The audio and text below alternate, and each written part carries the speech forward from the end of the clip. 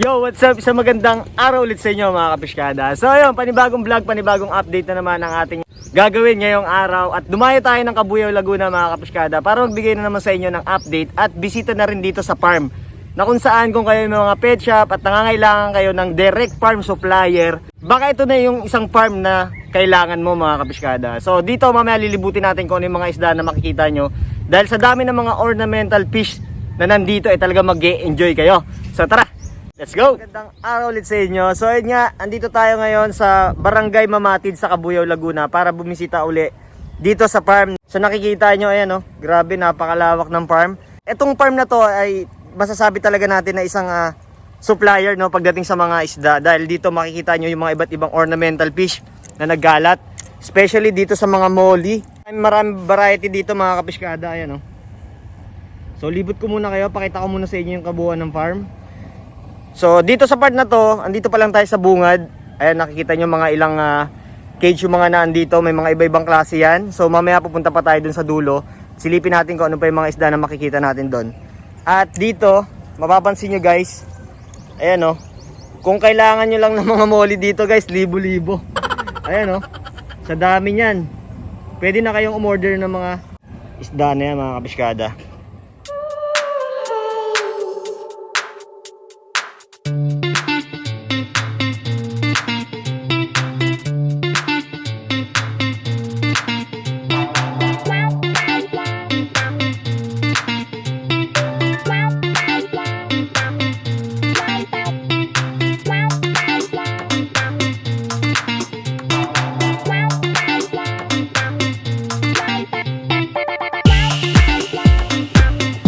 So yun mga kapiskada, ayan, dito naman tayo, yung tinuro ko sa inyo kanina, yung dulo na sinasabi ko. Dahil dito mga kapiskada, naggalat pa rin dito yung mga ornamental fish dito, gaya ng mga ito, yung mga binibreed nila, ayan Grabe tingnan nyo yung mga molly dito guys.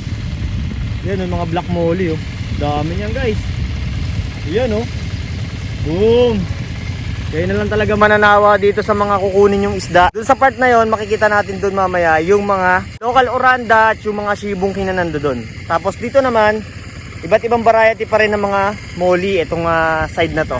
Kung mapapansin nyo, yung mga nag-aangatan na yan, by the way dito, hindi lang mga ornamental fish yung makikita nyo. So meron din dito mga hito farming, So ang dami nyan guys, hanggang sa dulo. So medyo maingay kasi nandito tayo sa may motor kung saan dito sila nagpapump ng tubig, ayan. So ginagawa nila yung pagpapump ng tubig mga kapiskada para hindi matuyuan yung farm at para hindi mag-produce ng sobrang init doon sa ilalim dahil nga mainit yung panahon. Dating gawin, nahiram ako ng suit natin, nakikita nyo. Dahil gusto ko nga para mas may pakita sa inyo kung ano yung mga isda na makikita natin dito at lulusong tayo dyan sa palaisdaan na yan. So tara, let's go! So ayan mga kapiskada, ito, tingnan nyo yung mga local oranda nila dito. Grabe guys, lalaki Ayan So itong inangat nila dito, mga nasa libo na rin to. Ayan So tingnan nyo guys, kakamayan natin guys. Ayan tingnan nyo kung lalaki ng mga size dito ng nila. Halo-halo pa rin yung sukat nito mga kapiskada, pero may talaga mas lamang yung malalaki dito. Ayan nakikita nyo yung iba mga nagmumold pa. So tingnan nyo to guys Yan Mariyukin pa yung iba dito.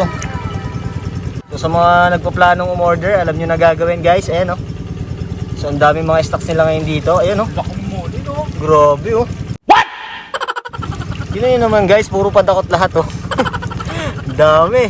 Ito yung sinasabi ko sa inyo guys, na ang kagandahan dito pag nakakababa tayo, nakapapakita natin yung mga isda na nandito sa farm. Dito naman mga kapiskada, itong kahabaan na to sa nakikita nyo, itong palaisdaan na to. So dito naman naka-allocate yung mga shibungkin na ang nabanggit sa atin is 100,000 pieces mga kapiskada.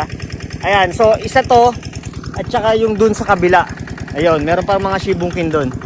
Dito kasi sa ganitong setup, mas mabilis lumaki yung mga isda dahil nga may mga live foods na dyan na rin nila nakakain. Tsaka sa lawak ng lugar, mas nakakagalaw sila ng maayos guys. Pakilala ko muna sa inyo yung mga kasama ko. Ayan, si Kuya Dexter. Ayan, kay Dex. At si Kuya Lodi. Ayan, mga katiwala dito sa farm ni Ninong Celso. Ayan. So ngayon dito, bababa tayo dito at silipin natin yung mga shibunki naman na nandito dito. Ayan o.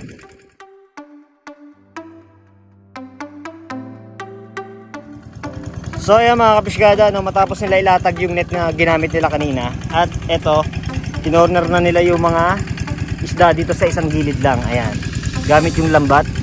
So silipin natin mamaya kung gaano karami yung mga makikita nating isda dito. Bale ito kay Lodi, mga ilang buwan na yan nandyan? Mag-iisang buwan pa lang to bukas. Ayan. So medyo maliliit pa yung mga iba mga kapiskada. Ayan, makita nyo mamaya. Tapos pagka sa isang araw kuya, mga ilang beses yung pinapakain yan? 2 or 3 times. 2 to 3 times a day. Ayan o. Tapos pag ganitong mainit yung panahon kuya, paano yung pagpapalit ng tubig na ginagawa nyo? Kaya pang uno namin, kapag may uno pumapasok, may nag-i-release ng tulog. Ayun. Dagdag sila ng tubig at mayroon ditong overflow sa gilid. Yan, para hindi na-stuck din yung tubig na nandito. So dito yung mga sukat ng mga shibungkin dito guys, mga wala pang 1 inches yung iba, mga 0.5 pa lang. Ayan.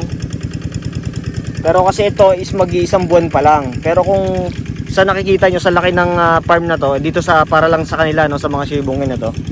So mas maganda yung ginagalawan at may mga live foods na rin sila dito nakakain. Mas mabilis silang lalaki. At isa pang mapapansin nyo dito mga kapiskada, sa dami ng mga lambat na naandito, ayan o. So may mga purpose din kasi yan. In case na dito pag umapaw, just in case no, umapaw or may mga bagyo. So madali nilang maangat yung mga isda na nandito sa pinaka-cage na to. At bukod pa doon, yung iba na may cover din sa ibabaw, iniiwasan din nila yung pag-atake ng mga ibon. Gaya na naglalagay sila ng mga net sa ibabaw, ayan. Kasi pwedeng ubusin ng mga ano yan, ng ibon. At kaya din may mga ganito, may mga bakod din yan kasi isa rin to sa mga predator dito, ayan. Gaya ng mga palaka na yan. So isa rin to sa mga umuubos ng mga fry, sa mga isda na pwedeng hindi na mag-produce dahil nga kinakain din ng palaka. So guys, ito yung mga nalambat natin, ayan oh. So medyo maliliit pa siya, hindi pa siya talagang market size dahil nga mag-iisang buwan pa lang, ayan oh. Pero grabe oh, ang dami guys. So ayan guys, patila lang muna tayo ng konti dahil biglang umulan, ayan oh. Pero okay pa rin, all goods in the hoods. So ayan guys, bumaba tayo, tumila na yung ulan. At dito kasama natin si Kuya Dexter ulit, ayan oh. Dexter's, ayan, kamag-anak siguro ni Dexter's World to. Ayan oh. So dito guys, makikita nyo, ayan oh, libo-libo din yung mga nandito na mga assorted molly. Gaya no, may mga balon din tayo nakikita dito. At may mga marble at mga white molly, ayan oh. Sige, salukin mo nga kay Dex. Tingnan natin kung gaano karami yung mga naandito. Yan oh. Tingnan nyo guys, ito. Ito yung mga pwede nang i-out to kasi mga market size na siya, ayan oh. Yan, sa nakikita nyo naman oh. Tingnan nyo kung gaano kadami, ano. So sa mga naghahanap din ng mga supplier, ayan, naghahanap ng mga kung kayo may mga pet shop, no, pwede kayo na bumisita dito. Ayan, dito naman guys, yung sinabi ko sa inyo, ito may mga balloon molly tayo nakita dito. Kung mapapansin nyo, ito, kuha tayo sample. Yan oh. Ito pa oh. Ayan oh. Boom! Mga short body, malalaki na rin to guys. Ayan oh. Yan, pwede na i-out yung mga iba dito at nagkalat din yung mga fry nila dito guys. Yan naman guys kung ano yung mga dinadaanan natin. Boom! Ayan o, sisiksik tayo dito. Huwag kayong mag-alala, kaya natin dito dumaan. Ayan. So pasalamat tayo, nakaka-experience tayo sa mga ganito. Kasi nga, yan, kung makikita nyo, para lang makapagbigay sa inyo ng magandang kuha. So kailangan natin, uy, ang ganda na ito ah. Ito, mga red flat ito guys. Ayan o. Meron tayo nakita dito. Ayan o, tingnan nyo naman o. Oh my God! Wow! Gaganda ng mga sukat dito. So marami pa, ayan guys oh. Yan, mga parang mga sunset platy, yung iba red platy. Pulang-pula oh. Iba talaga kapag nandito sa direct sunlight at sa mudpond nakalagay. Kung mapapansin nyo, magaganda talaga yung kulay. Intense na intense guys, ayan oh. Pakita natin sa inyo. Hindi kasama yung cola. Ayan, kasi normal na dito yan eh. Pero ito nga oh. Grabe. Ito yung maganda sa pang-aquarium. Ayan yung mga sukat na yan oh. Saka yung kulay niya pulang-pula. Yan oh. Tingnan yan. May iba pang kulay. Ito oh. May variety pa ng ibang kulay. Ayan. Guys. Yan. So malalaki yung mga sukat na nandito. By the way guys no, ito. Mapapansin nyo, nakasuit tayo kaya tayo nakakalusong sa pilapil dito sa gitna ng farm. Ayan. So nagtambakan talaga yung mga isdaan dito. So ingat lang din talaga pag ganito yung gagawin nyo kasi yan oh, medyo lulubog talaga yung paa nyo sa putikan. Kaya ito, saludo rin dito kay Kuya Dex kasi sa init ng araw, ayan oh, siya lang din kasi minsan mag-isa dito na nag-aangat. Ayan, dito naman guys, yung mga red tilapia. Ito, lalaki din oh. So ito mga nandito, mga gaano kadami nandito? Ang dami po dito. Ayun oh. Mapapansin nyo guys dito kung makikita nyo lang. Kasi medyo mainit na, nakalubog sila. Pero ganitong klase yung mga red tilapia na nandito. Ito. Pakita ko sa inyo. Yung red tilapia, yung kapamilya din ng cichlids yan. Ayan oh. Kita nyo. Grabe oh. Ito mga ilang buwan na to kaya Dex? Mga ilang buwan na ito lalo? Magtatatlong buwan daw to. Ayan.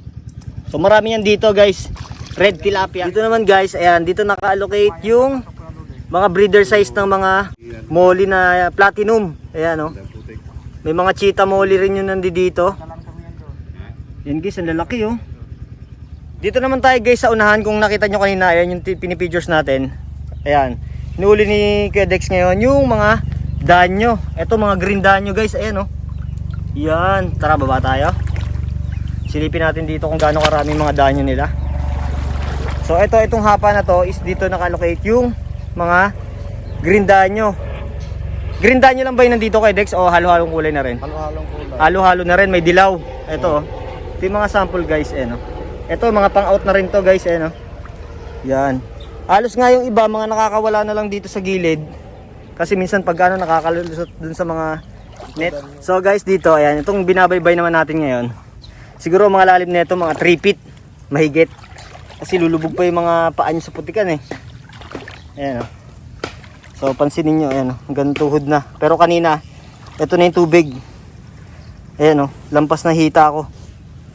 Yan. So dito, meron pa rin sila dito. Ito mga fry naman, mga juvie size na yellow molly. Ayan oh, mga platinum molly. Grabe, ang dami niyan guys oh.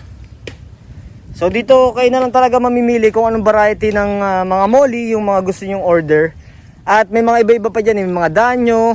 Yun nga, meron pa tayo makikitang kuha ko mamaya, silipin natin. Ayan. Ayan guys, medyo hirap tayo maglakad kasi lumulubog talaga yung paa natin. So dito silipin natin yung mga kuha ko. Tingnan natin. Ito mga malalaki, mga breeder size dito ng mga kuha ko swordtail. Ayan. Mga pang-out na rin yan. Natin guys. Grabe, lalaki nito guys oh. Silipin natin kung gaano kalaki. Yan guys. Ayan oh. Tingnan nyo kung gaano kalaki yung mga kuha ko nila dito. Ayan oh. Boom. Ito, yung isang piraso pa lang breeder oh. Siguro mga 2.5 inches. Ayan oh, yung laki. Ayan oh. Mukha lang maliit sa video yan guys, pero mahaba at malaki yan. Ayan oh.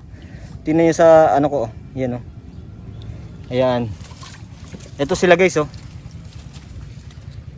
Kita nyo yan. Dami. Ayan dito guys, ibang variety naman tayo ng mga danyo. Ito naman ay may mga yellow danyo. Ayan oh. Mapapansin nyo, ayan. So itong hapa na rin na to. So kalimitan naman sila yung mga nasa mid swimmer to.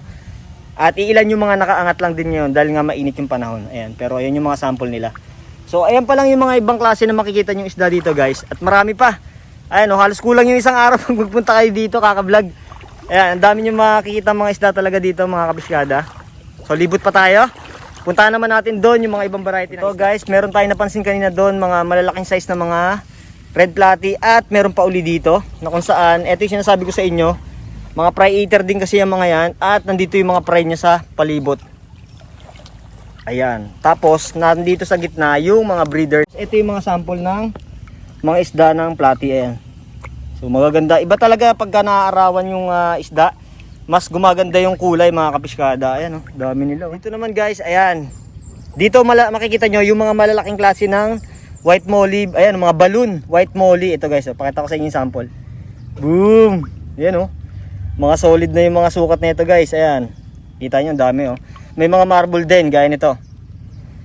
Tingnan natin. Yan.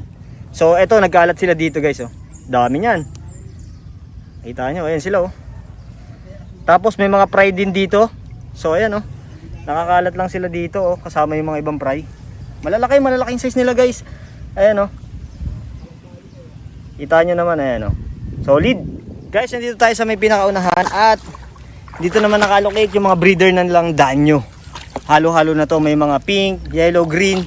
So ayun, kung mapapansin nyo dito, tingnan nyo yung mga breeder ng pink danyo nila at green. Ayan o, mga buntis na. Ayan, ang lalaki. Ayan o, mapapansin nyo guys, ang lalaki. Yan. So ito mga pregi na to, mag-anak-anak na rin to. So silipin natin. Ayan o, tingnan nyo guys. Malalaki. Ayan o. Yan. Yun, nandun pa sila o. Ayan, doon sila o, nagkukumpulan. So hiwalay yung babae lalaki dito, no? Oo. Oh, ito nandito yung mga babae. Lalaki. Ito lalaki. Ayan. Dito naman guys, ayan nagkalat naman yung mga black na balloon molly nila. Ito. Tingnan niyo yung balloon molly dito guys. Boom, parang huli ng laki oh.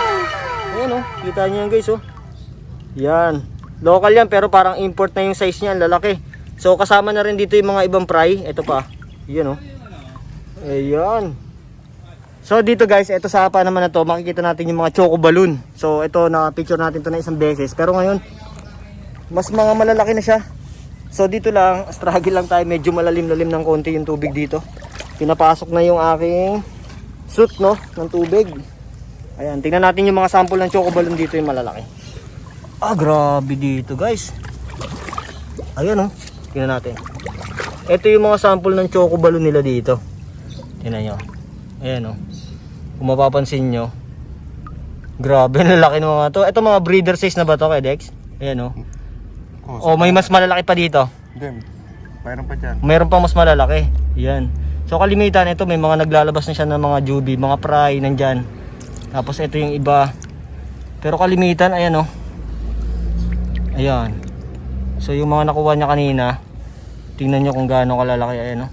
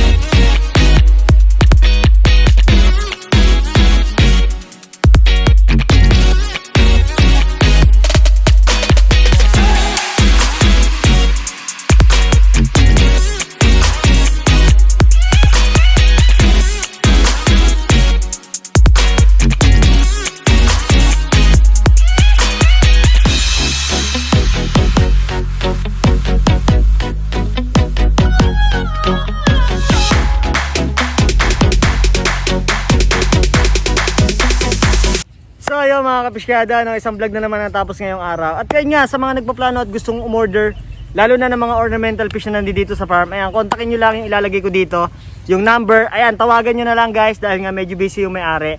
At ayun, marami pa tayong update na papakita sa inyo at sana lagi kayong sumuporta sa atin. At kung bago ka pa lang sa channel ko, please like, share, and subscribe. Click mo na rin yung notification bell para maging updated ka sa mga bago nating uploads. At ayan, maraming salamat sa inyo, sa lahat ng mapapa-shoutout. Comment lang kayo sa baba para mas manotice natin mga kapisyada. At yun, enjoy lang natin yung happy fish keeping. Peace yo, let's go!